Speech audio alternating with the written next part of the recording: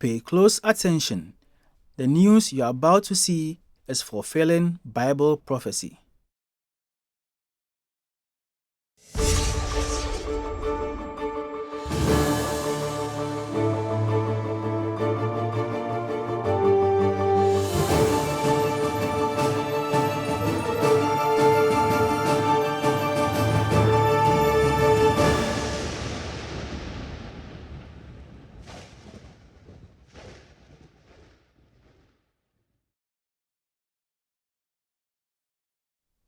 Welcome to another edition of YPN News, bringing you news as it relates to Bible prophecy and foretold by Yeshua Hawkins. Well, of course, Israel in the news because they're still at war there, bombarding Gaza Strip there. Palestinian evacuations from Gaza is something that is another hot topic. A lot of people trying to be moved in a short period of time, and activities in Russia and China. But first, people are worried about the situation in northern Gaza, leading to a greater disaster and a worsening humanitarian situation. Leaflets were dropped from the air ordering the evacuation of the area, speculating a soon coming ground invasion. The UN says the evacuation of nearly half the population will lead to a worse humanitarian effort. Israel has also started targeting raids inside Gaza to find militants and to search for hostages. Well, the number of people killed continues to rise as the number of deaths in Israel stands at 1,300 and 1,900 in Gaza, including 600 children. Now, residents of the area don't know where to go, many leaving everything behind to head south or wherever they can go to find safety. Now, it's not been smooth sailing as over 70 were killed, mostly women and children, in a bombing by Israel as they were leaving Gaza City. Since Hamas's surprise raid in southern Israel, the Israeli army has carried out thousands of airstrikes, inflicting massive casualties and putting an already burdened strain on the healthcare system, with the blockade of water, food, and fuel by Israel causing even more misery. One CBS News producer in the area in Gaza evacuated himself and 15 of his family members. He said in an interview with CBS Evening News, quote, "As a civilian and father of a family, of a granddaughter and grandsons, I feel very sad. I think that we will not have a long life." Well, U.S. Secretary of State Anthony Blinkin, speaking in Qatar, said that the U.S. is trying to ensure the safety of civilians and that the U.S.'s focus is on helping to create safe zones. Now, meanwhile, tens of thousands of people took to the streets to protest in support of the Palestinians from Baghdad to Barcelona as Israel prepares for its ground invasion. Now, Israel is giving the Al-Uda hospital in Gaza until dawn to evacuate. That, according to Doctors Without Borders. Oh, that hospital, the Al-Uda hospital, is one of the few still treating patients in the healthcare system that is now near total collapse. And Katan, they're thinking that Al-Uda hospital is a Hamas, hotspot. So they're saying, look, basically we're going to take it out, so you better evacuate everybody that needs to be. Well, take a look at this next video for more on the Israeli-ordered Gaza evacuation, the troubles and concerns for such a massive endeavor. Take a look. The United Nations has warned it will be impossible for around 1 million Palestinians to leave northern Gaza by midnight after Israel told them to move for their own safety. The order comes ahead of an expected Israeli ground offensive. The main UN agency in the Gaza Strip called the order horrendous and warned that Gaza was becoming a hellhole on the brink of collapse. The World Health Organization appealed to Israel to immediately rescind the order, saying unimaginable human suffering is now unfolding. Well, Israel has been dropping leaflets from the air into northern Gaza, telling people to leave. Hamas has dismissed the Israeli order as psychological warfare.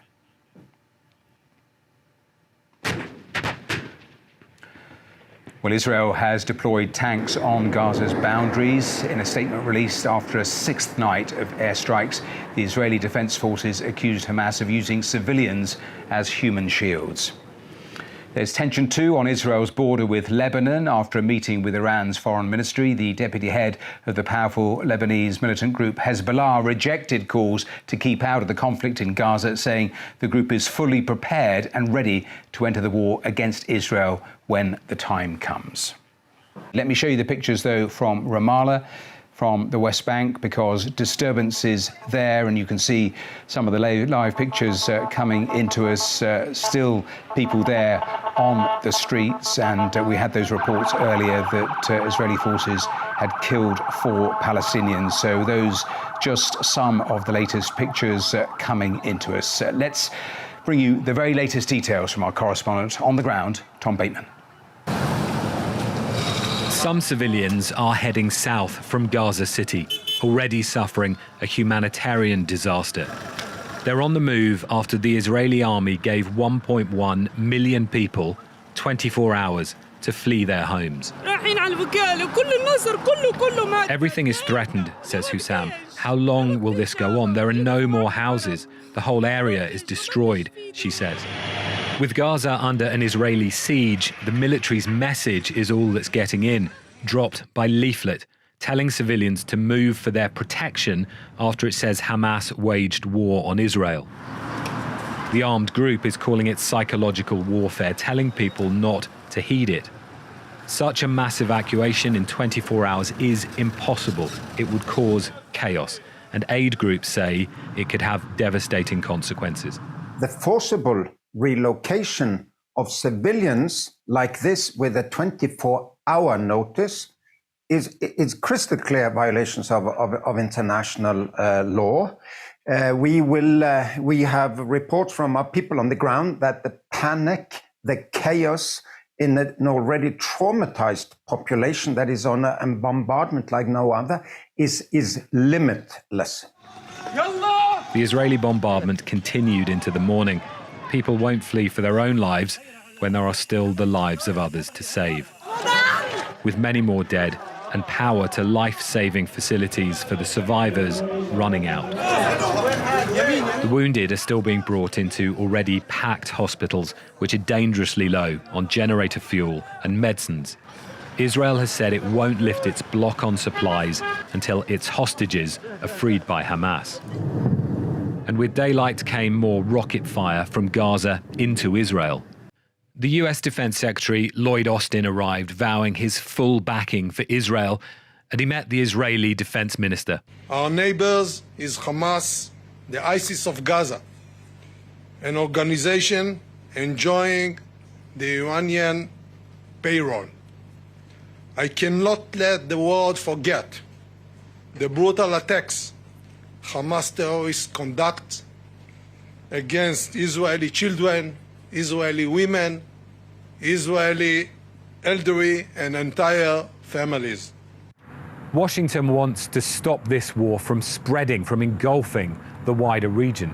But Israel's attempts to push 1 million Palestinians south in Gaza also risks greater instability. And that is because it puts them closer to the border with neighboring Egypt. And the Egyptians have made it clear they won't accept refugees. There are many ways this crisis can now slip much further out of control. And the Israeli tanks are still lining up on Gaza's perimeter.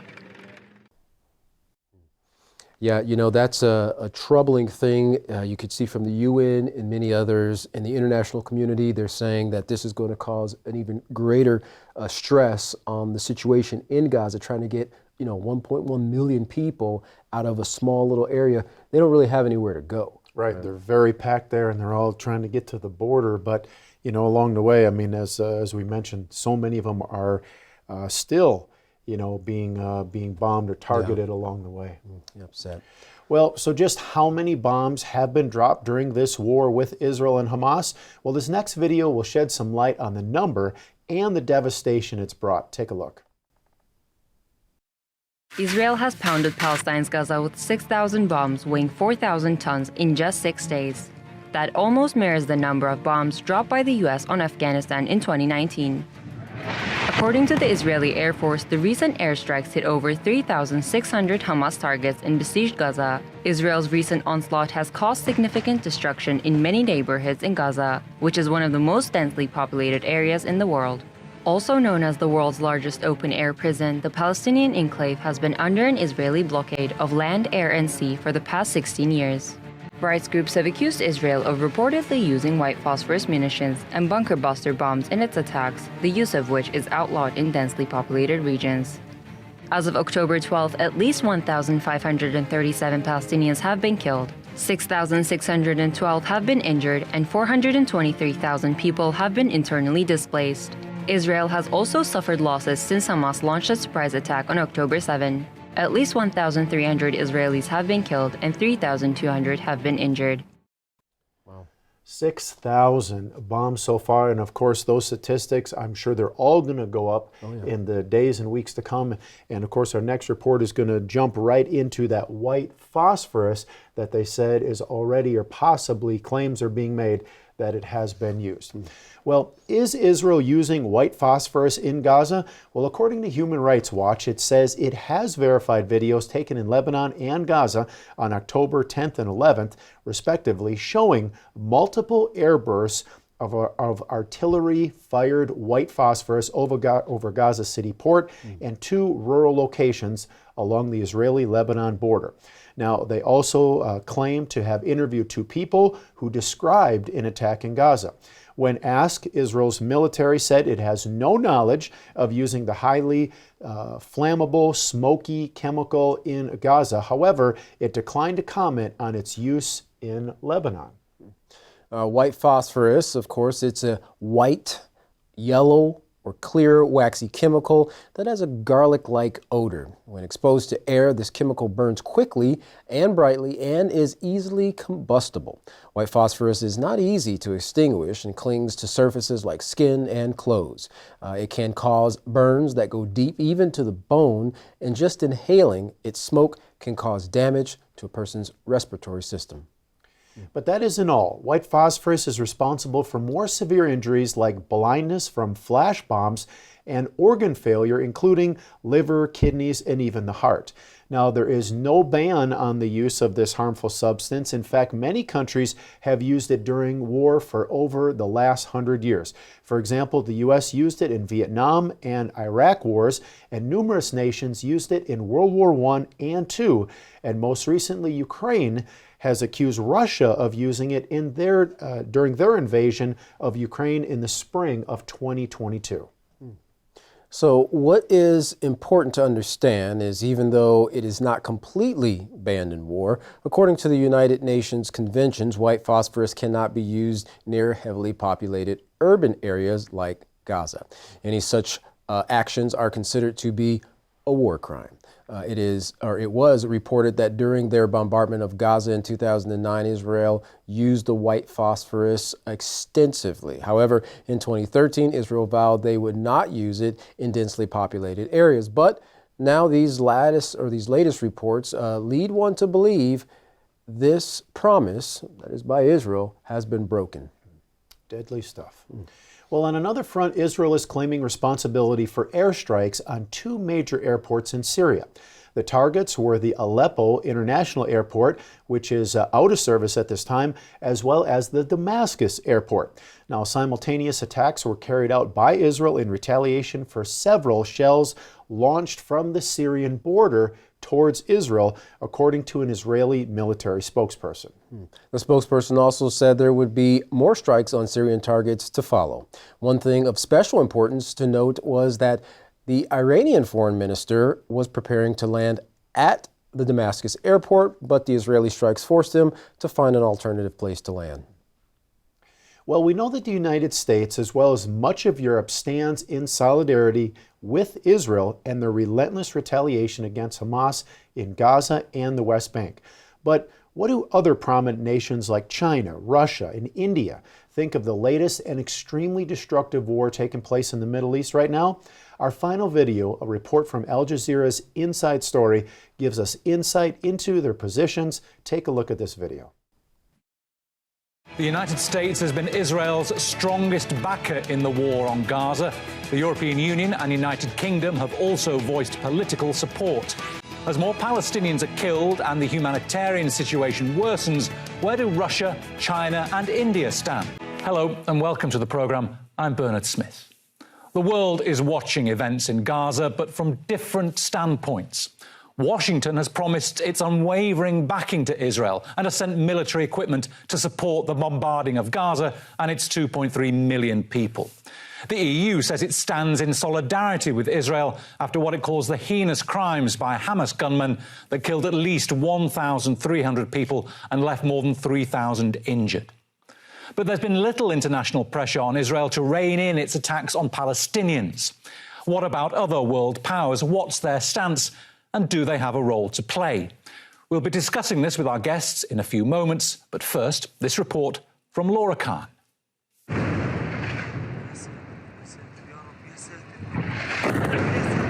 The war in Gaza has polarised world opinion. Strong support for Israel in the West, but a different picture elsewhere. China has called for restraint and says the root cause of historical injustices to Palestinians needs to be addressed, but it's treading a fine line.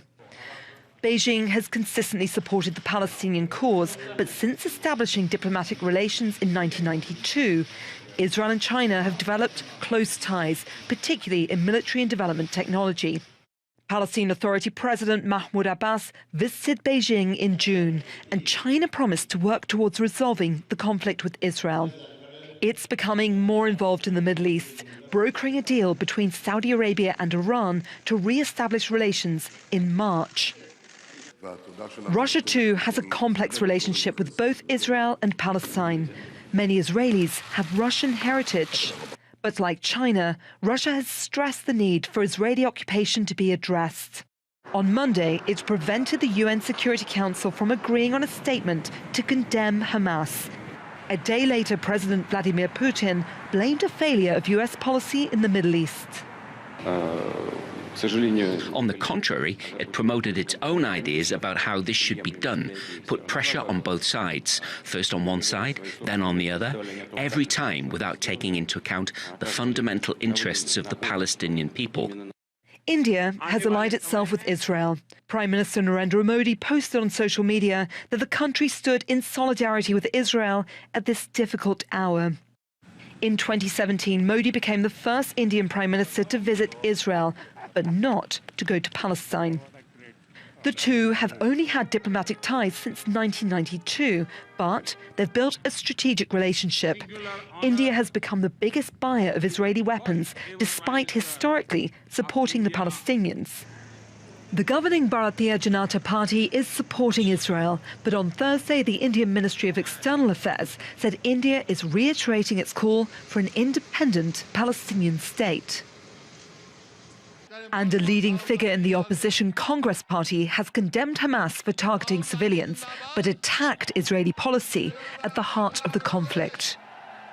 There was a larger issue at stake here, and the reason behind all of this, which is that there is a dehumanizing occupation continuing in many places. The people of Gaza have felt imprisoned in that strip for a long time. The people of the West Bank have a wall which is interfering with their normal freedom of movement and conditions of life. The two-state solution unites all three major powers as war rages in Gaza. The two-state solution unites all three major powers as war rages in Gaza. Katan, you can see the positions. China, of course, saying that there needs to be restraint. Russia saying, hey, the West is mainly to blame for this. And of course, the United States pushing Israel. And then you have India that does support Israel, but all three of them are saying, those three nations are saying that what's needed is the two-state solution. Palestinians need their own state. Yeah, and you can take that suggestion all the way back to like the Oslo Accords back in 1993, with the United States, of course, Yitzhak Rabin and Yasser Arafat, that signing there on the White House lawn.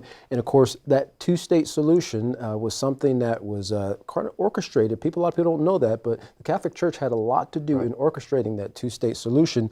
Oddly enough, Yisrael Hawkins has even talked about the two-state solution as well, and how they would actually enter into this covenant for a period of time. Right, but after that period of time, and even if they get to the point where they want to say, hey, we have peace, we know that it is going to lead to destruction in the end. That's right. Well, if you want to find out more about these stories, contact the House of Yahweh. When you do, don't forget to request your free copy of the monthly newsletter and Prophetic Word magazine. Here's how. To contact the House of Yahweh, you can write them at the House of Yahweh, P.O. Box 2498, Abilene, Texas 79604. You can call the House of Yahweh at 1-800-613-9494. You can visit the House of Yahweh on any of their sites by going to yahweh.com, yisraelhawkins.com, and yahwehsbranch.com. You can also visit our website by going to ypnnews.com. You can email the House of Yahweh at info@yahweh.com. For all calls outside the United States, please dial the number on your screen. And don't forget to visit the Yisrael Says and Ask Yisrael programs. You can find those by simply going to YisraelSays.com and AskYisrael.com. Jeff, before we close out, interestingly, a lot of people don't know that what took place on that White House lawn, just according to prophecy, that period of time was 7 years. Right, a 7-year plan is supposed to bring peace. It was a 7-year plan of action. And Yisrael Hawkins was the one that brought that out, showed that was going to be, that there would come a time when that 7-year peace plan would be signed, sealed, delivered, as they said. That's right. Well, don't go anywhere. Up next is another exciting message from Yisrael Hawkins. From all of us here at YPN News, I'm Jeffrey Heimerman. And I'm Katan Alexander. Thanks for watching.